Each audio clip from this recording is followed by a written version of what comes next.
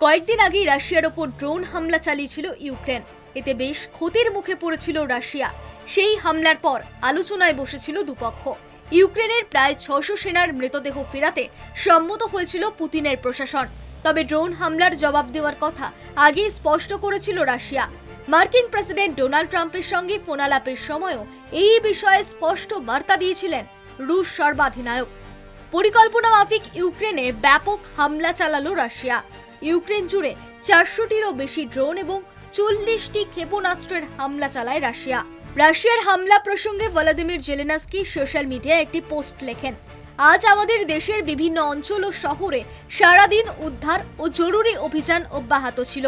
৪০০রও বেশি ড্রোন, ৪০টিরও বেশি ক্ষেপণাস্ত্র ছুড়েছে রাশিয়া। এতে ৮০ জন আহত হয়েছেন এবং কেউ কেউ এখনো ধ্বংসস্তূপের নিচে রয়েছেন। তিনি আরও লেখেন, দুর্ভাগ্যজনকভাবে বিশ্বের সবাই এই ধরনের হামলার নিন্দা করে না। পুতিন ঠিক সেটাই কাজে লাগিয়েছেন। তিনি যুদ্ধ চালিয়ে যাওয়ার জন্য নিজের জন্য সময় কিনেছেন। ইউক্রেনের রাষ্ট্রীয় জরুরি পরিষেবা জানিয়েছে, রাশিয়ার হামলায় কিয়েভে ৩ দমকল কর্মী নিহত হয়েছেন। লুটাস্কে নিহত হয়েছেন ২ জন সাধারণ নাগরিক। চেরনিহিভে আরও ১ জন নিহত হয়েছেন। উল্লেখ্য, টানা ৩ বছর ধরে রাশিয়া ও ইউক্রেনের মধ্যে যুদ্ধ চলছে।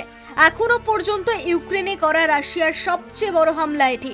রুশ হামলায় আক্রান্ত হচ্ছে কিয়েভ, লভিভ এবং সুমি সহ ইউক্রেনের ৯টি অঞ্চল। হামলা প্রসঙ্গে জেলেনস্কি বলেন, রাশিয়ানরা তাদের যুদ্ধ চালিয়ে যাওয়ার জন্য ক্রমাগত বিশ্বের ঐক্যে ফাটল ধরানোর চেষ্টা করে চলেছে। আমাদের এই বিষয়টি পরিষ্কারভাবে দেখতে হবে, কূটনৈতিকভাবে কাজ করতে হবে, নিরাপত্তার নিশ্চয়তা নিশ্চিত করতে হবে এবং শান্তি প্রতিষ্ঠা করতে হবে। এজন্য প্রয়োজন প্রাথমিক পদক্ষেপ, বিশেষ করে যুদ্ধবিরতি। রাশিয়ার ওপর চাপ প্রয়োগ করতে হবে। এদিকে